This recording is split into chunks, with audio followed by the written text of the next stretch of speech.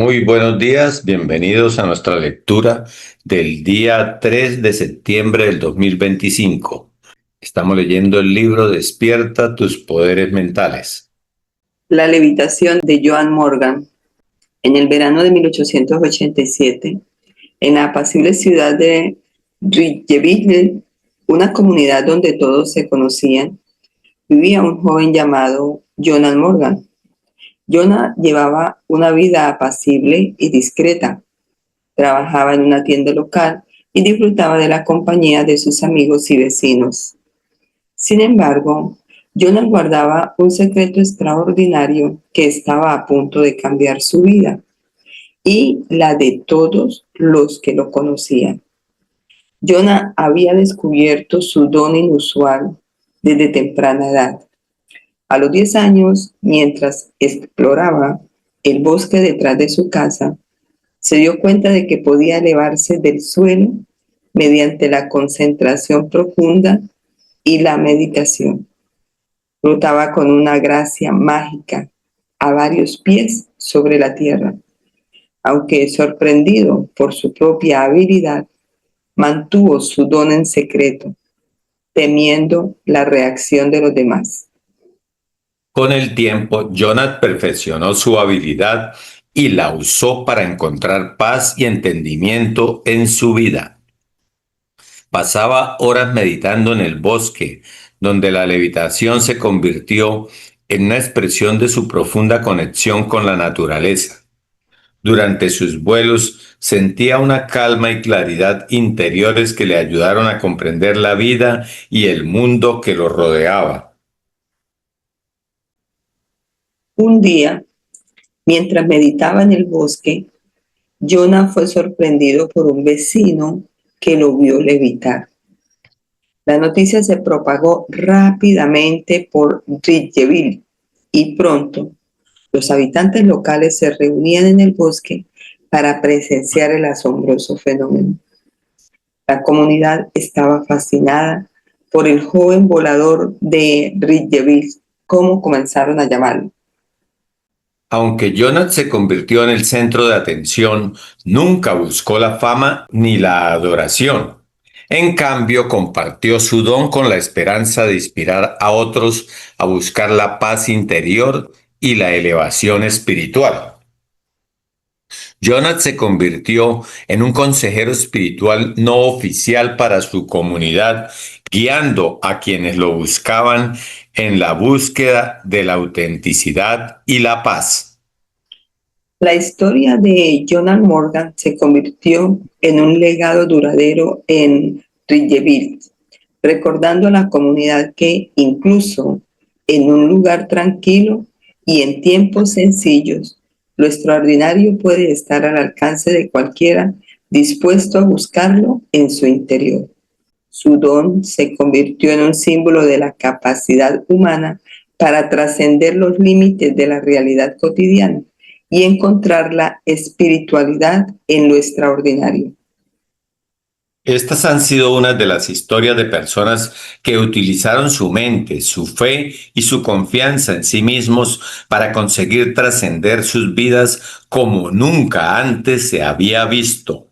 En el siguiente texto os dejo una teoría sobre la levitación, pero en este caso la levitación de objetos.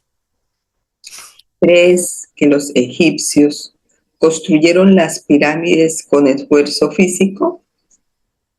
Es algo que parece raro al ver la perfección de las pirámides y cómo los bloques utilizados no estaban desgastados después de arrastrarlos por todos lados para montar las pirámides. Teoría de las pirámides de Egipto. Bueno, vemos las imágenes. Fuente de la imagen Sataka. En el año 1999, una destacada periodista de Estados Unidos, Collins, redactó un artículo en un periódico planteando una cuestión que inquietaba a muchos en esa época. ¿Dónde se hallan los automóviles aéreos? A lo largo del siglo XX, los vehículos voladores se habían convertido en una característica recurrente de la ciencia ficción en la cultura popular, representando una visión del futuro. Sin embargo, al llegar al umbral del nuevo milenio, la humanidad continuaba firmemente en tierra, manejando vehículos de gasolina en carreteras deterioradas y atrapados en el tráfico invernal. 2 décadas más tarde, si bien los smartphones han aliviado en parte nuestra ansiedad tecnológica, la interrogante sigue vigente. La buena noticia es que los coches voladores y muchas otras tecnologías futuristas anteriormente relegadas a la ciencia ficción están más al alcance de lo que podríamos imaginar. De manera curiosa, su origen no radica en magnates tecnológicos o empresas innovadoras, sino en los secretos del sonido. Para David, buscar respuestas, tal vez convenga retroceder en el tiempo y adentrarse en los escritos del historiador árabe del siglo X, Abdulsan al-Masi. Este viajero incansable escribió una crónica del mundo en 30 volúmenes basada en sus extensas experiencias. Almasi otorgó una atención especial a Egipto, donde había pasado una cantidad considerable de tiempo y finalmente se estableció. Un pasaje de su obra resulta especialmente pertinente. Almasi esclareció cómo se edificaron las pirámides de Egipto y destacó que incluso en su era los científicos no hallaban una explicación concreta sobre el desplazamiento y apilamiento de los 2,5 millones de bloques de piedra, cada uno con un peso de 2,5 toneladas. Se sugirió que habría requerido decenas de miles de esclavos durante varias décadas para trasladar estas piedras empleando cuerdas y poleas. No obstante, Almasi planteó una versión diferente basada en los relatos egipcios. según él, los antiguos egipcios colocan un fragmento de papiro con símbolos extraños bajo las piedras en las canteras. Luego, golpean una varilla de metal contra la piedra, que se eleva desde el suelo y se guía a lo largo de un camino rodeado de varillas de metal adicionales hasta su posición final. Almasi registró: al llevar a cabo el trabajo, se colocaron hojas de papiro o papel inscrito con ciertos caracteres bajo las piedras preparadas en las canteras. Al ser golpeados, los bloques se movían a una distancia de un tiro de arco, que es algo más que 60 metros, y así llegaron gradualmente a las pirámides. Narraciones como estas arrojan luz sobre las numerosas estructuras antiguas en la Tierra cuya construcción sigue siendo un misterio, como las pirámides. Piensa en Stonehenge, donde las piedras más grandes pesan 40 toneladas, o la isla de Pascua, donde el Moai más grande tiene un peso de 80 toneladas. Considera Nanmadol en la isla de Pohnpei, Micronesia, o Machu Picchu en el Pacífico, una ciudad antigua construida en el 200 antes de Cristo, utilizando cientos de bloques de piedra, cada uno de los 18 pies de largo, cada uno de 18 pies de largo y varios pies de diámetro, que pesaban 2,5 toneladas. ¿Y qué decir de las canteras de Belbit en el Líbano, donde las tres piedras más grandes pesan colosales 1.000 toneladas cada una? Realmente parece muy poco probable que hiciesen todo esto utilizando trabajo físico. Mm. Sorprendentemente, estas ni siquiera son las piedras artificiales más monumentales que se han descubierto en nuestro planeta.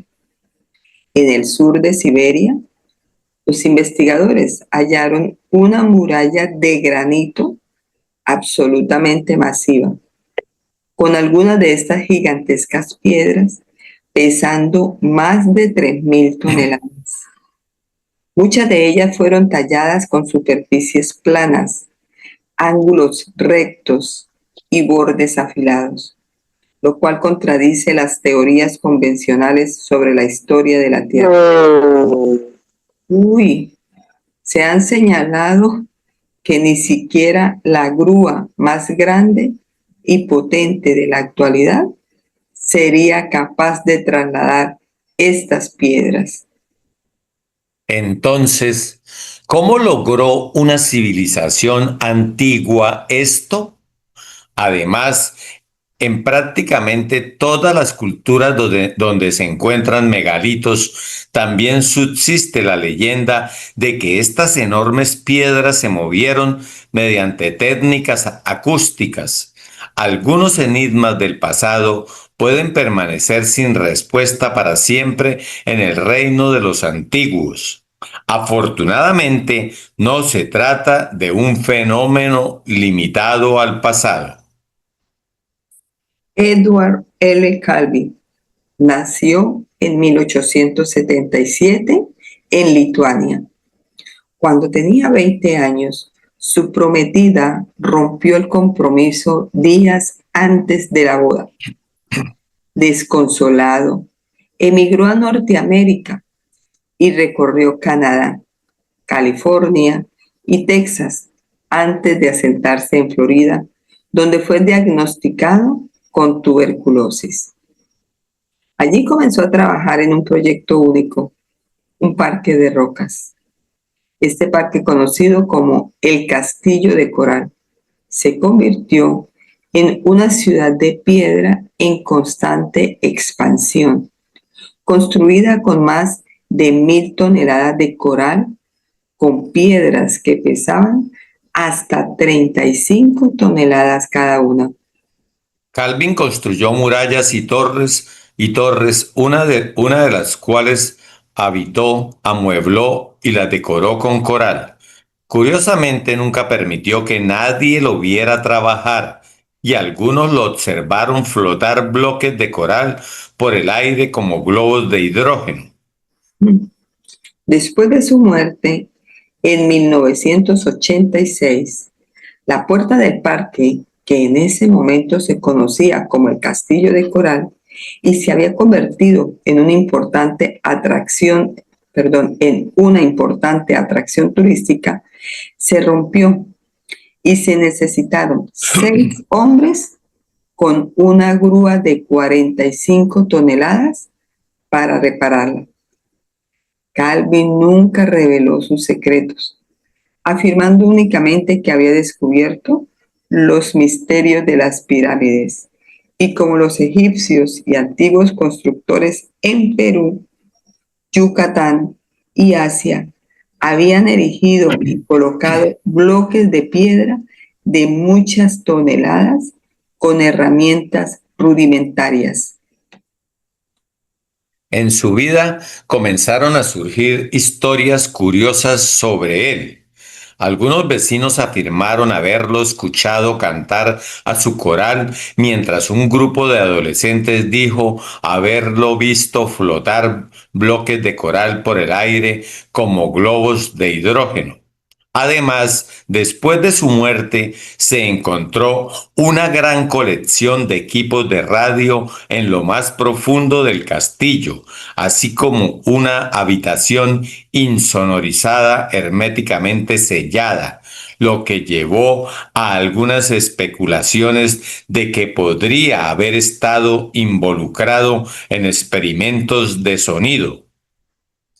Fueron los secretos de las pirámides de los que hablaba Lex Calvin, los mismos que mencionó Almasi en su descripción de cómo se construyeron las pirámides? Repito, preguntando. ¿Fueron los secretos de las pirámides de los que hablaba Lex Calvin los mismos que mencionó Almasi en su descripción de cómo construyeron las pirámides?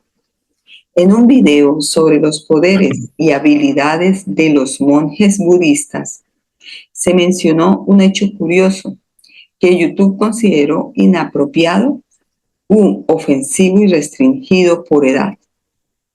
Se relató la historia de un misterioso sueco conocido como Dr. Charlock, quien en la década de 1930 emprendió un largo viaje al corazón del Tíbet a petición de un amigo tibetano. Su amigo le suplicó que viniera al Tíbet para tratar a una llama prominente que estaba enferma. Charlotte llegó a un prado rodeado de altos acantilados. En uno de los acantilados, a unos 250 metros sobre el suelo, había una cueva y lo que parecía ser un muro de piedra que los lugareños estaban construyendo. Charlotte se sorprendió al notar que no había acceso a la cornisa, excepto tal vez trepando por una cuerda. Sin embargo, lo que más llamó su atención fue una losa de roca pulida en el prado estéril con una forma de cuenco en el centro. Una procesión de monjes llegó, portando instrumentos macizos, como tambores de hierro y cuernos de 3 metros de largo. Los monjes utilizaron un buey para arrastrar una roca sustancial sobre la losa de roca pulida. Luego colocaron sus instrumentos alrededor y comenzaron a tocarlos. Los sonidos resultantes, junto con las vibraciones de los instrumentos, hicieron que la roca comenzara a balancearse y finalmente despegara en el aire. Después de unos minutos, aterrizó en una plataforma. El proceso fue repetido por los monjes, quienes movieron 5 o 6 rocas cada hora, construyendo un muro de roca gigante. Charlock observó asombrado y decidió instalar una cámara para grabar el fenómeno. Más tarde, al revisar las grabaciones, confirmó que las rocas realmente levitaban. Años después, la pregunta seguía sin resolverse. ¿Qué contenían esas cintas de video? El fenómeno de la levitación acústica no es un mito o leyenda, sino un campo de investigación científica bien establecido. Implica el uso de ondas sonoras para contrarrestar la gravedad, generando ondas estacionarias que levantan objetos en el aire. Esto se logra mediante dispositivos conocidos como levitadores acústicos, que consisten en un transductor, una superficie vibrante que emite sonido, y un reflector, una superficie en la que las ondas sonoras se reflejan para que ocurra la levitación. El transductor y el reflector deben estar separados por una distancia precisa y las ondas deben ser generadas a una frecuencia específica. En la modernidad, los científicos han avanzado en la levitación acústica y han logrado elevar no solo gotas de agua, sino también objetos más grandes, como palillos de dientes. Los posibles usos de esta tecnología abarcan desde aplicaciones en la fabricación y la medicina hasta la creación de nuevos materiales y la levitación de objetos de mayor tamaño. Además, los científicos han comenzado a explorar la levitación acústica en la creación de nuevos materiales y tecnologías, como metamateriales y dispositivos de camuflaje. También se han desarrollado sistemas de levitación acústica para controlar el movimiento de objetos en el aire, abriendo posibilidades para aplicaciones en la medicina y la fabricación.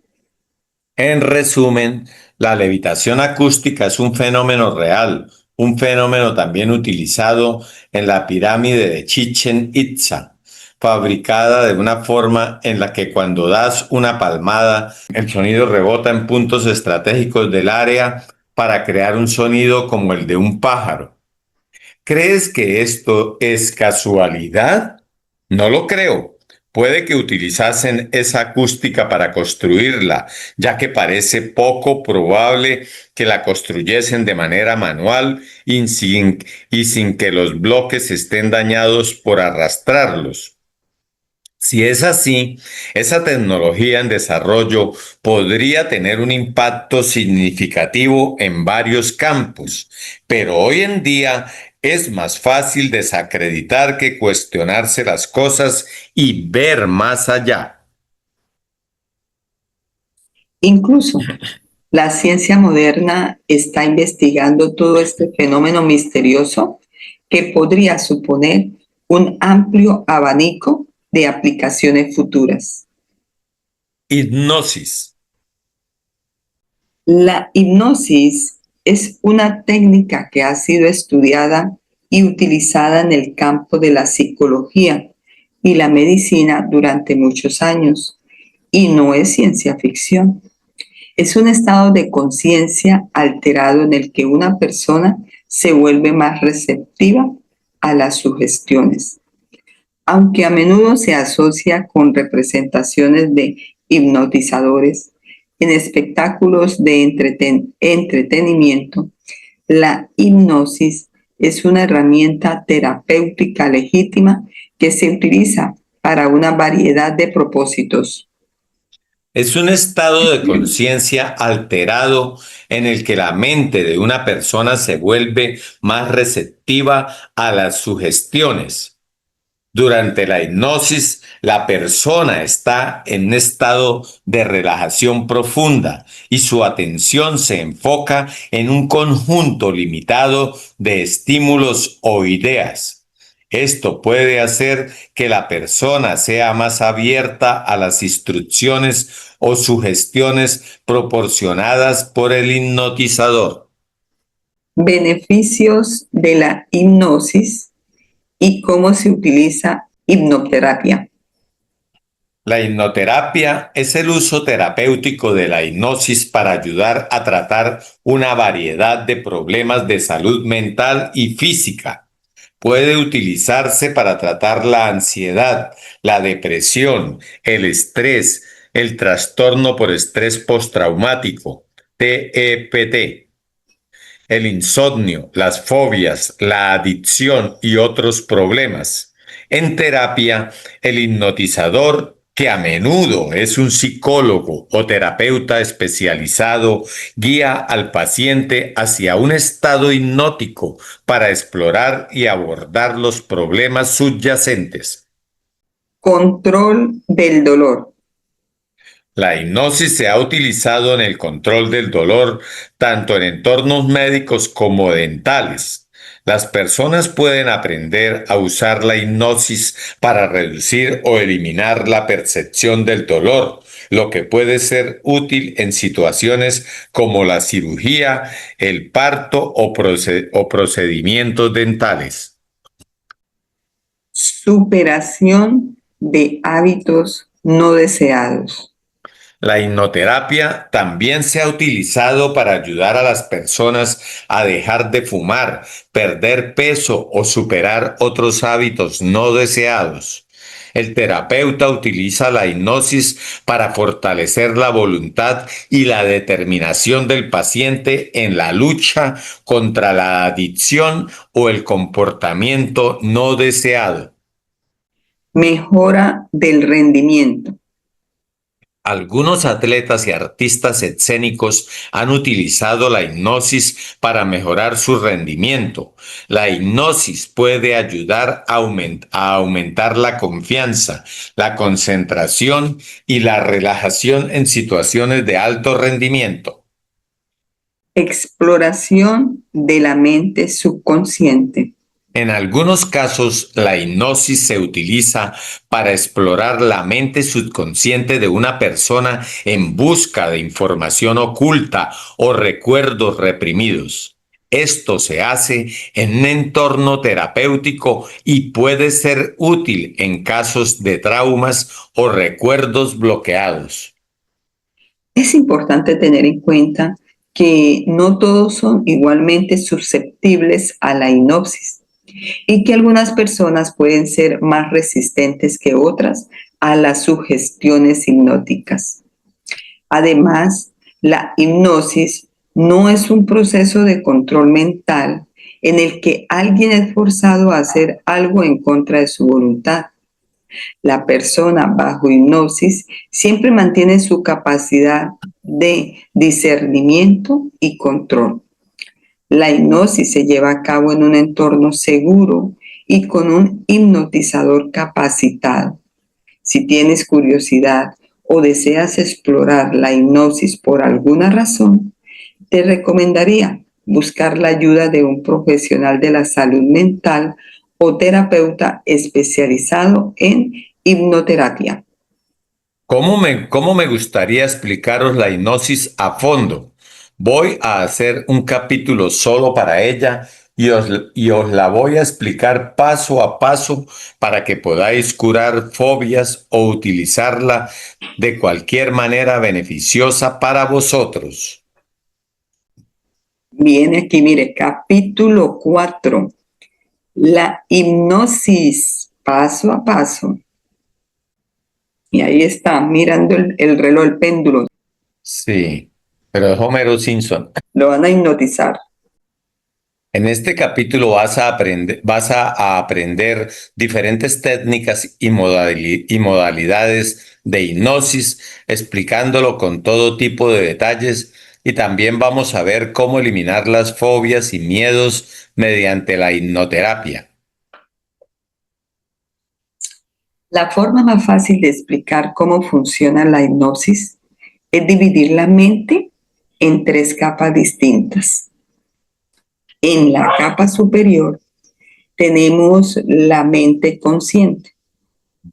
Aquí es donde pensamos todos los días, es donde decidimos las cosas y es donde está la fuerza de voluntad. En la capa inferior tenemos lo que podríamos llamar el subconsciente o la mente inconsciente. Aquí es donde se produce el procesamiento autónomo. La sección intermedia que se encuentra entre los dos es algo que llamamos el factor crítico. Ahora, la mejor manera de pensar en el factor crítico es que actúa como una puerta de entrada de la capa superior a la capa inferior.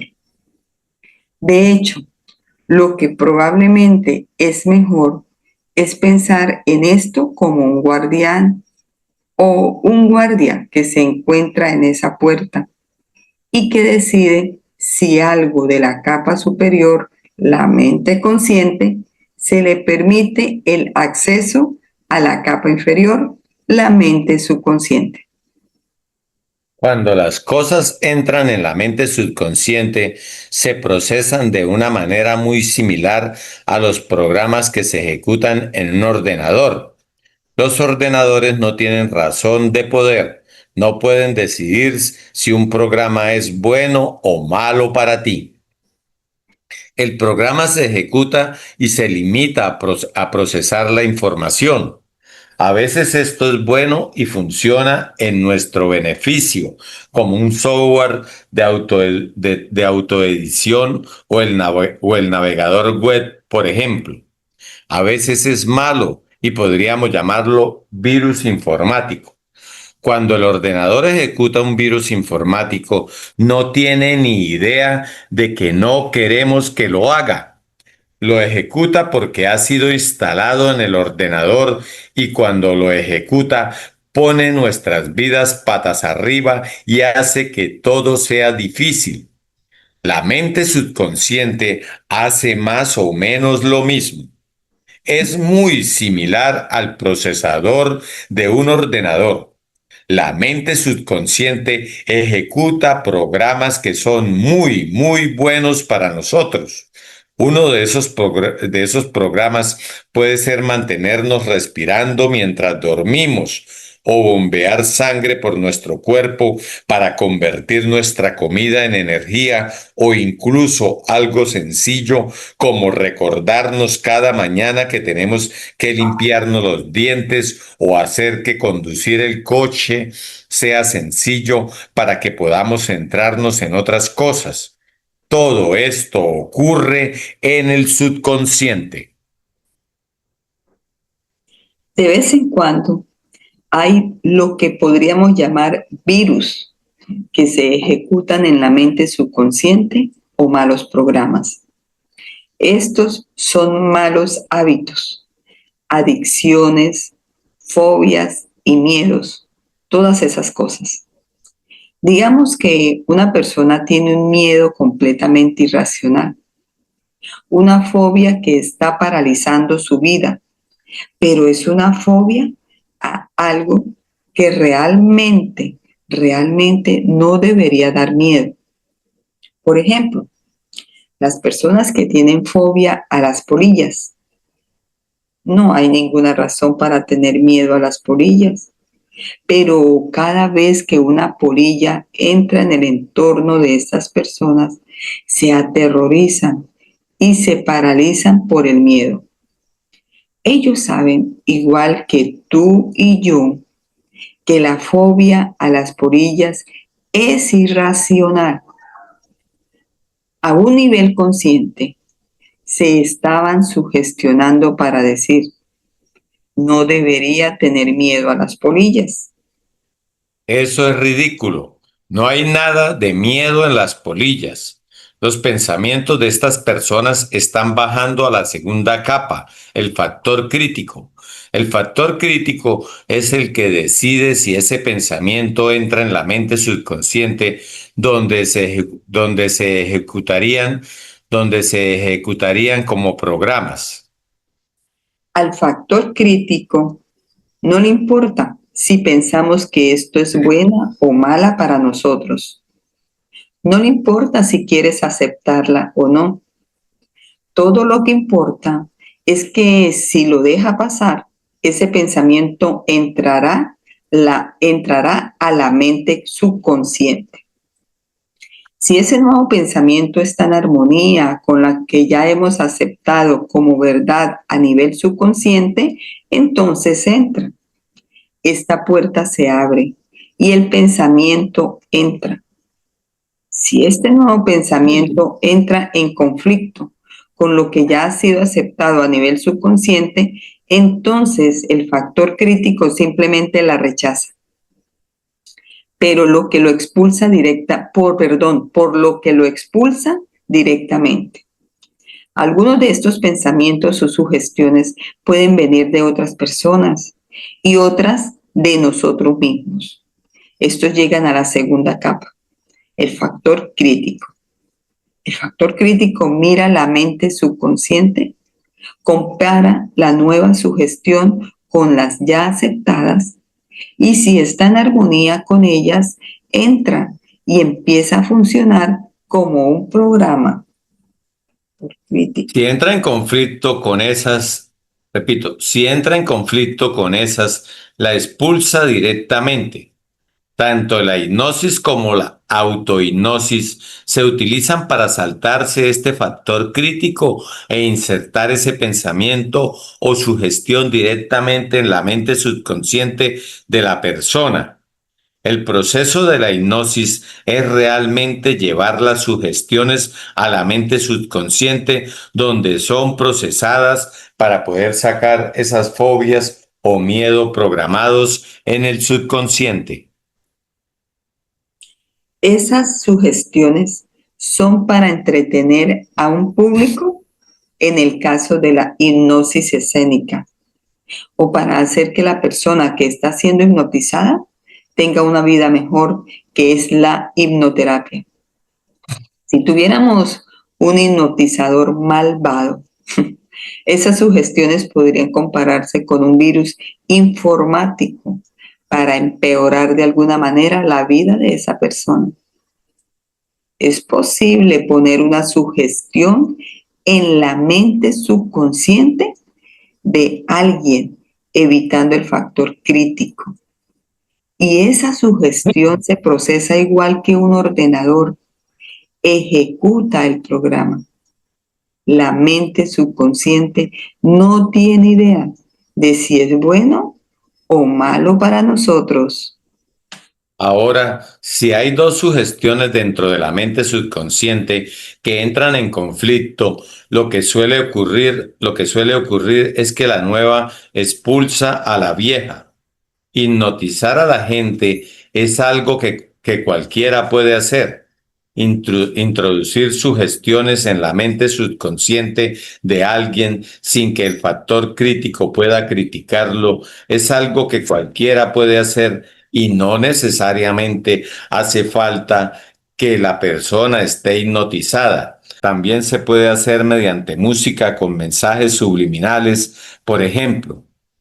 Aunque en toda población el 10% de las personas son mucho más fáciles de hipnotizar que el otro 90%. Imagínate que estás en un escenario y quieres hipnotizar a una persona de las que te están viendo. Lo primero tienes que decir que cierre los ojos y que ponga las palmas de las manos una frente de la otra, separadas a la anchura de los hombros. Hazle creer a su subconsciente que realmente hay una fuerza magnética que va a hacer que sus manos se junten. Esa persona no podrá despegar sus manos hasta que tú le digas que puede hacerlo. Lo que voy a escribir a partir de aquí son frases para realizar la hipnosis y las puedes utilizar tal cual están. Repitiendo estas frases mientras la persona a la que estás hipnotizando está delante de ti con las palmas de las manos una al lado de la otra, con las palmas de las manos una al lado de la otra. Esto es lo que le vas a decir a la persona. Ponte de pie. Quiero que te concentres en esto. Pon tus manos frente a ti con las palmas una frente a la otra. Concéntrate en el área entre tus manos. Ahora escucha el sonido de mi voz. Me gustaría que imaginaras que hay una fuerza magnética actuando entre tus manos que está causando que muevas tus manos juntas. Estás empezando a sentir una fuerza en el exterior que está empujando tus manos.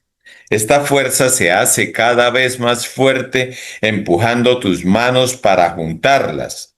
Cada vez sientes más esta fuerza y cada vez tus manos están más cerca una de la otra.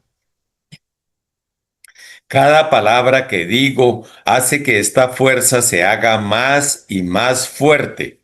A medida que tus manos comienzan a acercarse más y más, puedes sentir que se juntan más y más. No tienes que resistirte a esto de ninguna manera. Solo deja que suceda, deja que fluya. Esta fuerza está empujando tus manos cada vez más cerca. Cuando tus dedos comienzan a tocarse, aísla tus dedos y aprieta tus manos. No pasa nada si tus manos aún no se tocan. Respira profundamente e imagina que esa fuerza magnética se hace cada vez más fuerte. Esa fuerza es cada vez más fuerte. No hay duda. Yo lo estoy sintiendo desde afuera y tú lo estás sintiendo desde adentro. A medida que cuento de 3 a 1, obliga a tus manos a cerrarse más y a tus dedos a entrelazarse. 3, 2, 1. Empuja fuertemente. Ahora, con las manos fuertemente unidas, mantén los brazos estirados frente a ti y mira fijamente esas manos frente a ti. Imagina que hay pegamento resumando a través de tus dedos. Imagina que sientes cómo el pegamento se extiende por tus manos. Tus manos están talladas en un bloque de madera maciza, una sola pieza de madera maciza. Mientras miras esas manos frente a ti, intenta, pero cuanto más intentes despegar tus manos, más se apretarán. A medida que cuente del 1 al 3, en el número 3 intentarás despegar las manos cada vez más juntas.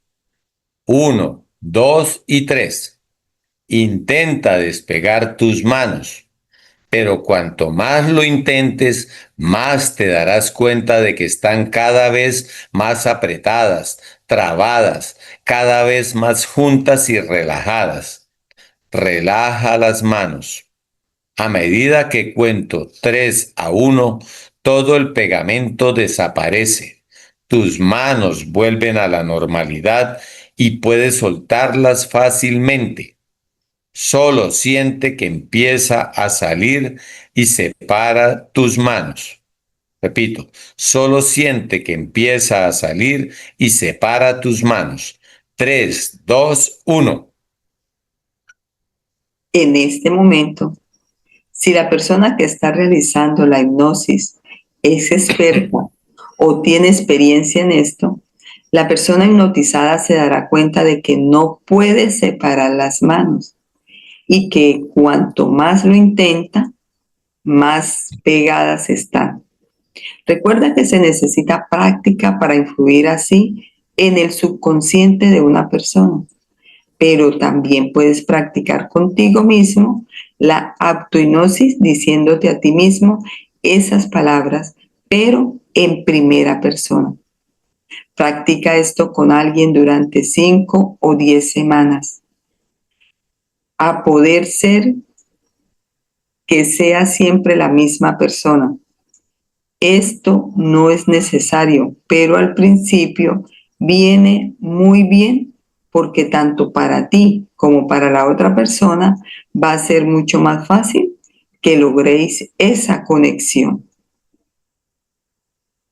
Si no te funciona después de varias semanas intentándolo, tranquilo. En los siguientes textos voy a explicar por qué no te está funcionando y cómo puedes hacer que funcione. Imagínate que tienes un lápiz. Tu capacidad para romper ese lápiz representa tu capacidad para resistir ese patrón de lenguaje hipnótico.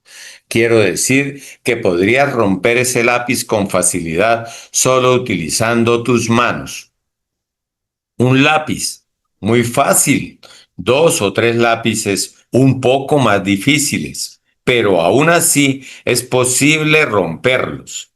Si obtienes 5, 6 o 6, 8 o 9, es casi imposible romperlos. De lo que vamos a hablar ahora es exactamente lo mismo.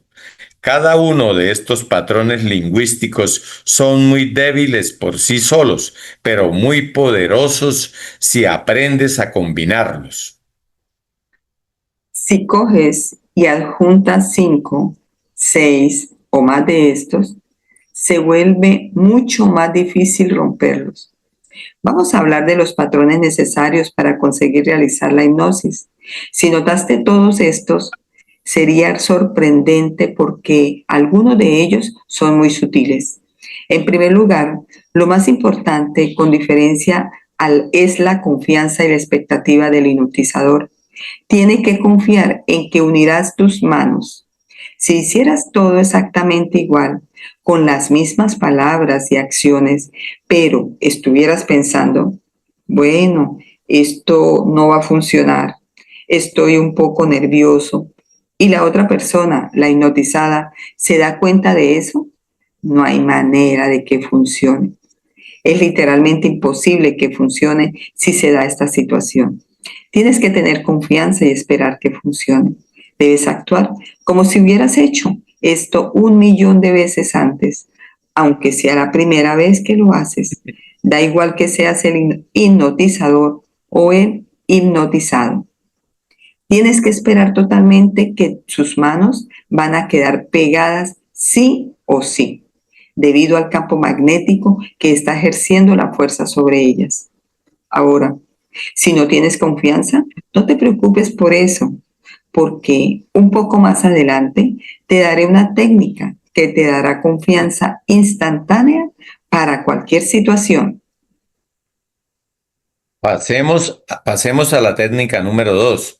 Este es el que la mayoría este es el que la mayoría de la gente pasa por alto, pero es el más evidente de todos. La idea de explicar lo que va a pasar antes de hacerlo.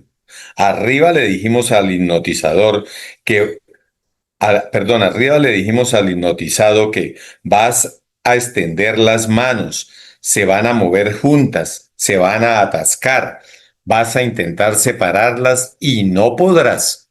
Si te fijas en los párrafos de arriba, primero explicamos lo que iba a suceder y después hicimos el ejercicio. Esto significa que dentro de la mente de la persona hipnotizada ya hay un recuerdo de lo que espera que suceda. Cuando hacemos hipnosis con personas o queremos mejorar su rendimiento en los deportes, eso es más o menos lo que hacemos. Digamos que si alguien juega baloncesto y queremos mejorar su habilidad para lanzar canastas, lo que hacemos es lograr que se imaginen haciendo esto una y otra vez con éxito. Y luego, cuando lo hacen en la vida real, tienen este recuerdo de haberlo hecho con éxito al que recurrir. Repito, y luego, cuando lo hacen en la vida real, tienen este recuerdo de haberlo hecho con éxito al que recurrir. Así que es mucho más probable que tengan éxito en la vida real. Algo a tener en cuenta también son los comandos integrados. Los pasos eran pegar las manos, mover las manos, responder a esto, quedarse pegados. Hay un montón de pequeños comandos integrados dentro de las oraciones que hemos puesto arriba. Ahora, con los comandos integrados, a veces tienes que hacer malabarismos con la estructura de tu oración. Entonces, cuando pones tus manos frente a ti, sientes la fuerza magnética al mover tus manos juntas.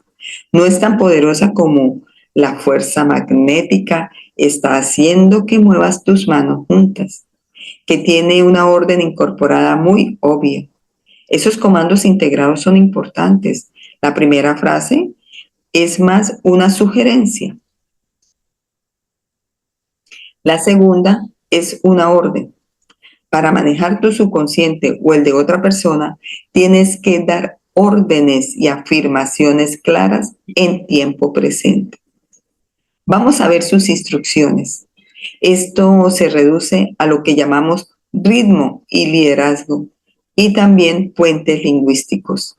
Le das a alguien una instrucción y la vinculas con el próximo evento y luego la vinculas con una causa.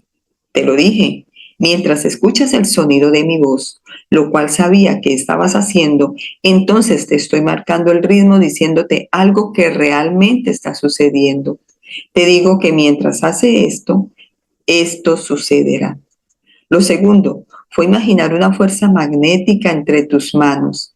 Te pedí que imaginaras algo y estoy bastante seguro de que probablemente lo imaginaste. No hay ninguna razón para que no lo hagas. Lo he dicho así antes porque imaginar eso hará que suceda lo siguiente, que serán sus manos moviéndose juntas, es ir jugando con las oraciones y el poder de la palabra. Sigue estos pasos y tu manera de realizar la hipnosis mejorará en un 100%. Yo creo que dejamos ahí, pero esto está como para repasarlo porque es algo complejo de Sí, aprender.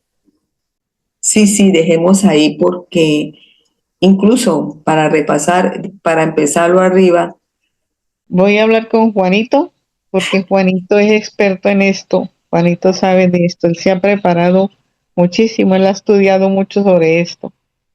Voy a hablar y lo invito para un sábado, para ajá, que él nos oriente y nos dé algunas instrucciones, porque de verdad que él maneja esto. les cuento, yo no sé si cuando estábamos leyendo con Giovanni esta parte, alguien de pronto estaría como haciendo el ejercicio. No sé si alguien lo haría, pero le cuento que yo hubo un momento en que coloqué esa posición de las manos mientras estaba leyendo Giovanni, que casi que no despierto para continuar. Pero le cuento que fue así en un mini espacio y sentí la energía entre las dos manos, como vibración entre las dos manitos. O sea, esto al estar uno con Desde los acá, ojitos cerrados, de verdad que Sí, desde ahí mi yo. sí, Sí, porque todo es energía, eso es verdad.